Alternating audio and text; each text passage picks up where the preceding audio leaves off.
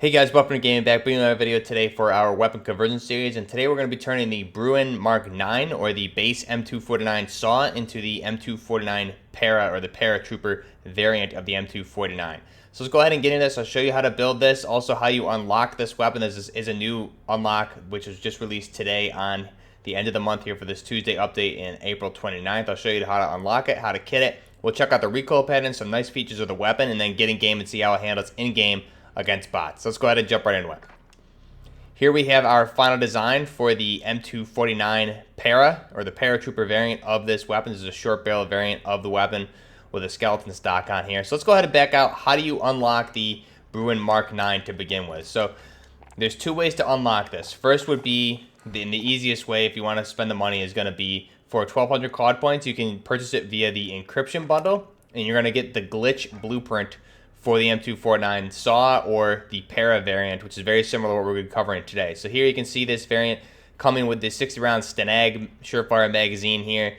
You have a granulated grip tape, optic, the short barrel, as well as a skeleton stock. However, you have this green overall camouflage to the weapon, which makes it look pretty interesting. I'm not the biggest fan of it, but again, this is a great way to get some really good attachments for a really good build of this weapon right off the bat just by purchasing it through the store for 1,200 COD points. So again, that is available in shop today. Now the other way to unlock this, if we go to our weapons and if I go to our LMG category here, the bottom LMG here, it is the Bruen MK9. So you can see the way you're going to unlock this is by getting 3 kills when an enemy is near smoke using the LMG in 15 different matches. So you need 3 kills with an enemy near smoke in a match 15 times. So the best way to unlock this, and I know a few of you had some confusion about this, I got some messages today. This is very similar to the heat cycle blueprint that we had to unlock for the MP5. So for that blueprint, what you had to do was I equipped it a thermal, and I myself had to be in the middle of smoke, shooting out of smoke at enemies. So that's how I unlocked it. That's how I found the kills to track. This is a very confusing description of how to unlock it, but I haven't started this yet. But if I'm going by the heat cycle, which has the exact same description for that blueprint, you need to be in the center of the smoke, shooting out with a thermal sight is the best way to do it and killing enemies. So you need to get 3 kills like that in 15 different matches. So I would recommend, another note here, it does need to be with an LMG. So I'd recommend using something like a PKM, maybe an SA-87 or an M91, whichever you have kitted up pretty well. Put a thermal on there, carry 2 smoke grenades. If you need to, equip overkill with a assault rifle with a grenade launcher in order to have additional smoke grenades on there. And make sure you're in the center looking out with your thermal optic is going to be the best way to do this. So go ahead and give that a try. Again, you need 3 of those kills in 15 different matches, and then you'll unlock the Bruen MK9. So let's go ahead, now go back to our custom classes where we have this weapon kitted up for the M249 Para. So you can see here I have my loadouts. We have a couple different builds here, but today we're going to be covering the Para variant of this. So here we have, again, the final design. What I'll do is strip this down to base. And here we have our base M249 SAW, which you get by unlocking the Bruen MK9, how we just talked about. So this is what it looks like at base with no attachments. So the attachments we're going to use for this, we're going to go ahead and start with the barrel. We're going to want the 18-inch Paratrooper barrel. So in real life, the length of this barrel is going to be any range from 13 inches to possibly 16 based on the build that you're using. So this is going to assist us with the ADS speed and the movement speed, the cons being bullet velocity as well as recoil control. So again, this is an 18-inch Paratrooper barrel. In real life, the base M249 SAW comes with at base an 18-inch barrel. So this is just another example. We see this a lot with the measurements for barrels and different attachments being off and kind of in the middle of measurements. Again, I'm not sure if that's copyright purposes or to just allow you to create different variants of the weapon more easily by not having exact measurements. But again, this is another example of that. So typically for a Para, we would want a 13 or even maybe a 16-inch barrel. But here we have an 18-inch barrel. This is the shortest barrel you can unlock in the game. You can see some of the different barrels here we can use to make different variants of the weapon.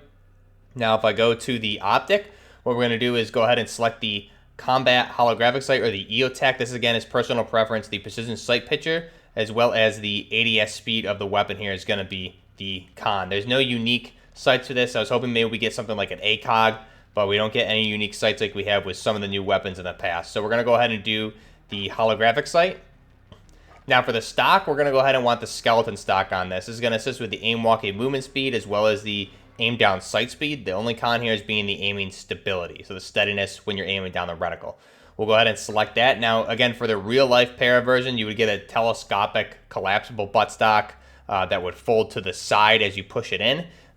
We don't have that as part of any of the stock options here, not even for a no stock. I would think if it were a no stock, it'd be cool to get the collapsed variant of that, and I'll show it on screen when we finish the build, but that's not what we have with this. Again, and then at the base, we have the base SAW stock there. So we're going to go ahead and go with the skeleton stock. I'm sure we'll get a blueprint for that particular stock at some point in the future.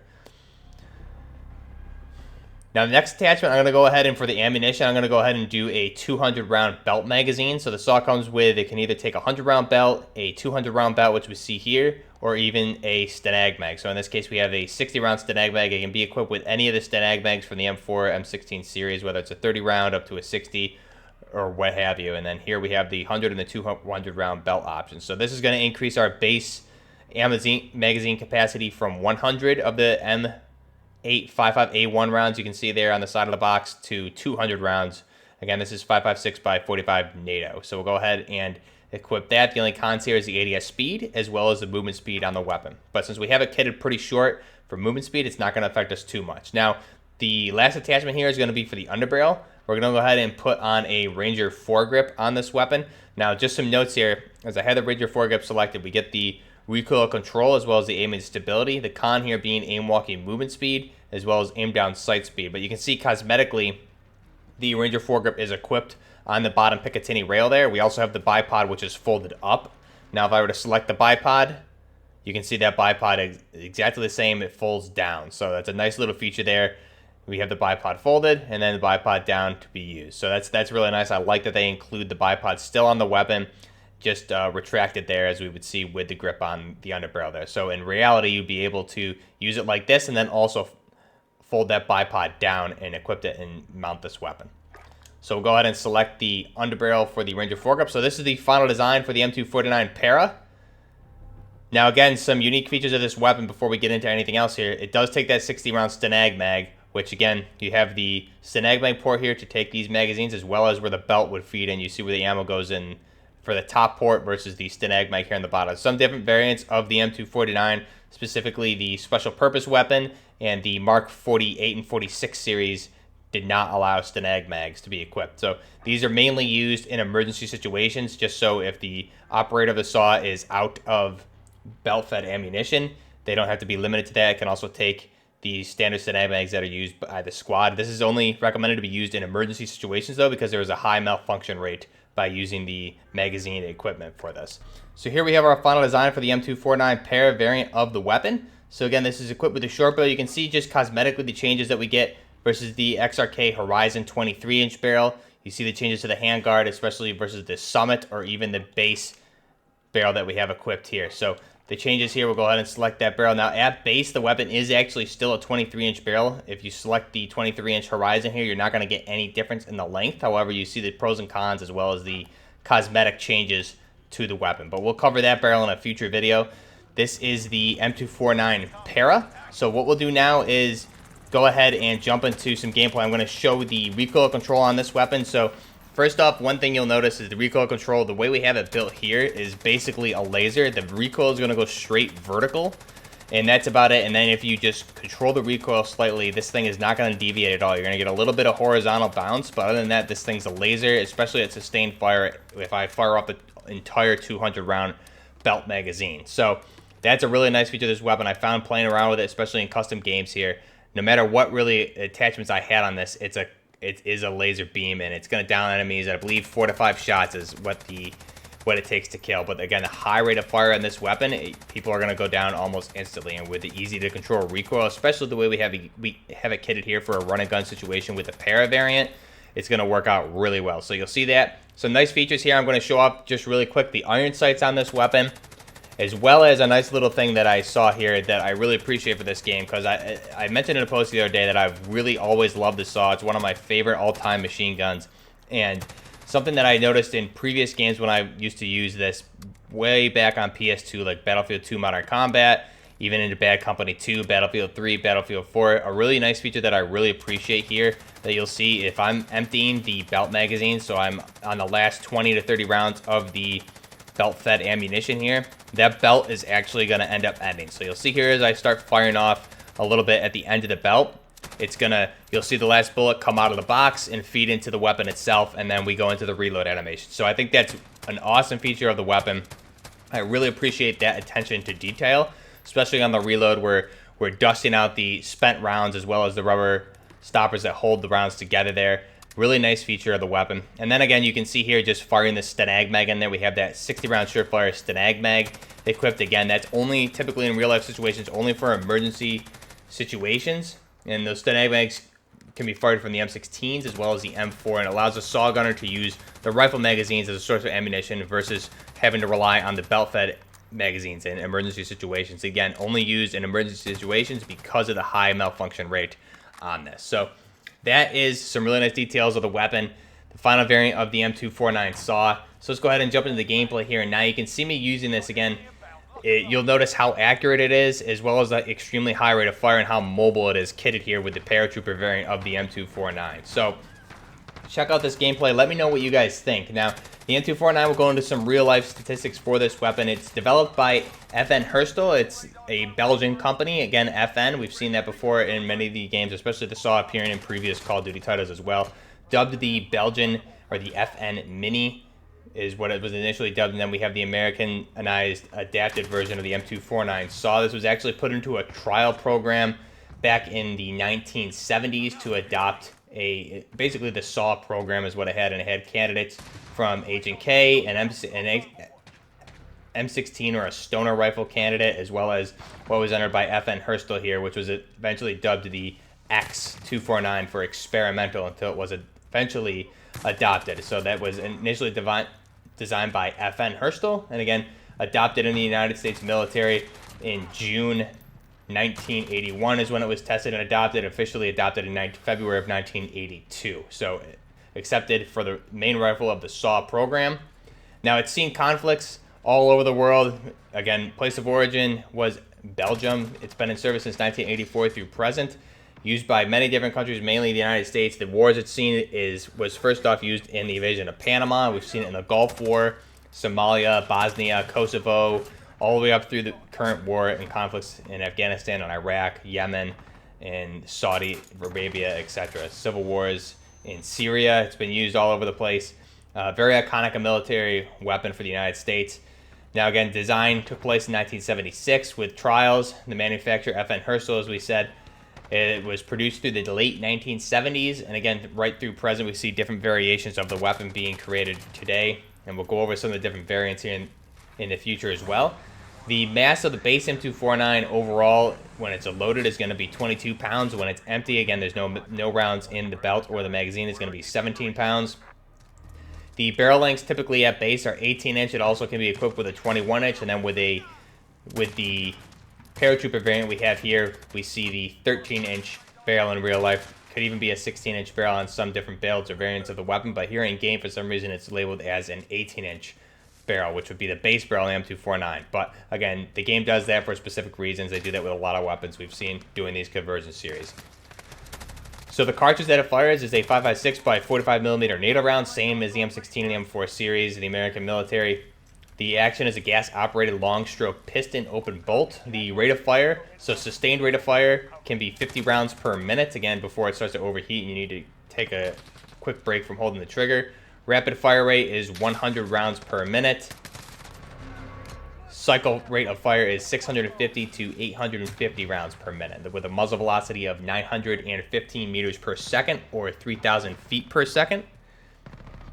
Now, for the effective firing range of the weapon, it's going to be based on the barrel length that you have equipped on the SAW. So it's going to range anywhere from 700 meters all the way up to 3,600 meters, which would be the maximum firing range of the weapon. So the feed system, again, is that M27 linked belt-fed magazine, as well as the 30 to 60 round Stenag mags that can be equipped for the M4, M16 series of rifles. So this is again, the final design and the gameplay for the M249 Para variant of the weapon. Let me know what you guys think. As far as different variants of this weapon, we have plenty of those. There's the M249 PIP, or the Project Improvement Program. So that was based on the original M249 SAW. There was a lot of different issues found with the weapon that was put into a Project Improvement Program to help improve the SAW and rectify those issues with the initial version of the M249 SAW. We also have the M249 Paratrooper, which we're covering here today. We have the M249 Special Purpose Weapon, which again was designed for the US SOCOM.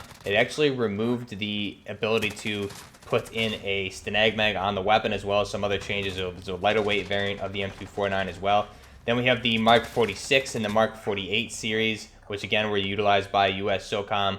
The Mark 48 being a 7.62 variant of the Mark 46, but we'll cover those in the future.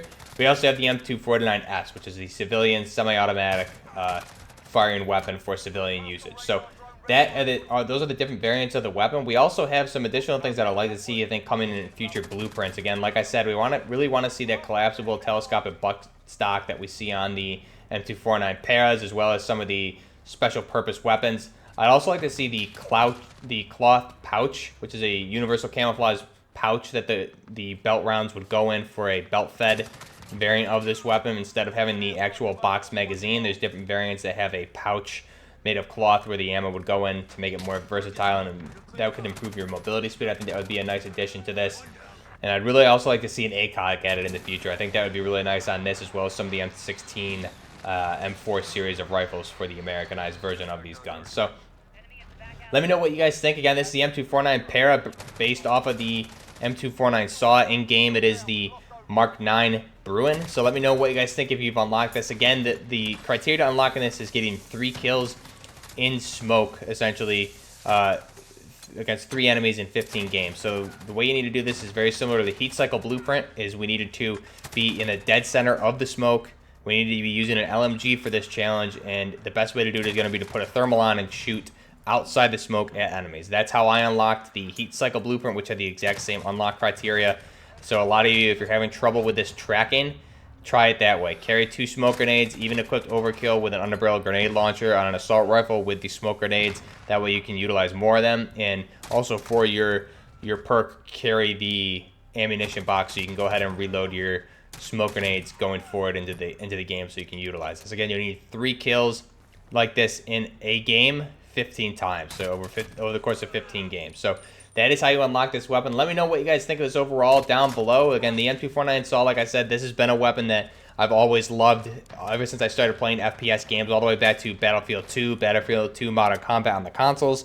I remember when the first COD 4 or the original Modern Warfare trailer came out, and they had a little bit of gameplay using the SAW in game, and I was just so excited to see this finally used on at the current time, the next gen consoles, being the PS3s and the current series of Xboxes back then. So I was really excited to see that footage.